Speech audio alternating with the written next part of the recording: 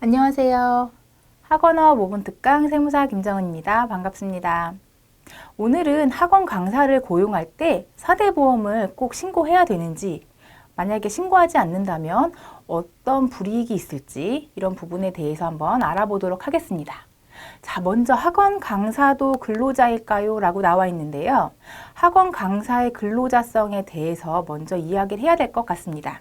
이 부분은 세무사인 저보다는 노무사님들이 훨씬 더 상담을 잘 해주실 텐데요. 제가 간단하게 말씀을 드리면 고용주의 지휘 감독 아래에서 예를 들어 원장님이 다 시간표도 작성을 하고 학생 수나 매출에 따라 자기의 급여가 달라지지 않고 일정한 고정 급여만 받는다라고 한다면 사실 근로자성이 좀 더 강한 것으로 볼 수 있습니다. 이런 경우엔 보통 월급제 강사인 경우가 많고요. 학생 수나 매출에 따라서 6대4, 7대3 이런 식으로 급여를 지급받는 경우는 보통 비율제 강사가 있습니다. 이럴 경우에는 근로자성이 좀 상대적으로 없다, 거의 적다라고 볼 수 있겠죠. 급여 신고 방법도 그래서 달라집니다. 아까 말씀드린 월급제 강사인 경우에는 4대 보험을 취득하는 근로소득자로서 근로소득으로 신고를 하게 되고요. 비율제 강사인 경우에는 프리랜서 사업소득자로 신고하는 경우가 많습니다. 자, 그렇다면 세금은 어떻게 될까요? 근로소득자는 근로소득 그 표에 따라서 근로소득세로 납부를 하게 되고요.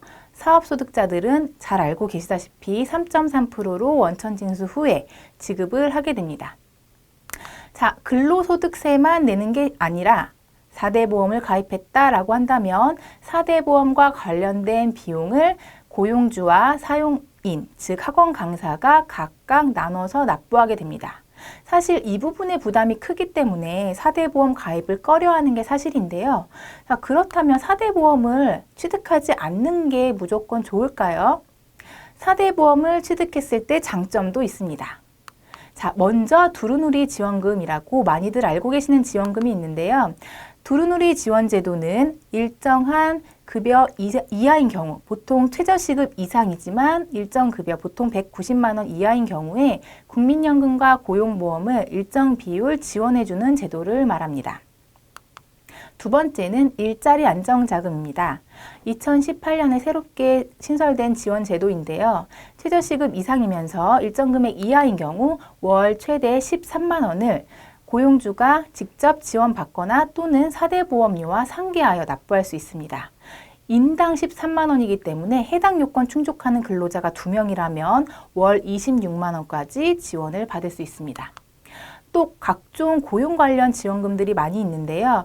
요즘 아무래도 실업난이다, 또 최저시급도 인상되고 해서 청년이거나 경력 단절 여성 등 일정 요건을 충족하는 경우에는 고용과 관련해서 지원금이 나오는 경우가 있습니다.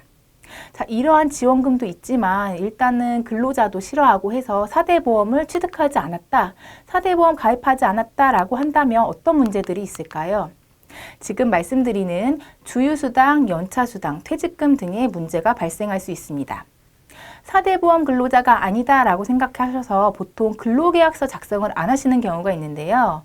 근로계약서에 주휴수당이나 연차수당에 대한 언급이 없었다라고 한다면 추후 해당 근로자가 퇴사 후에 주휴수당 등의 지급을 요구할 수 있습니다.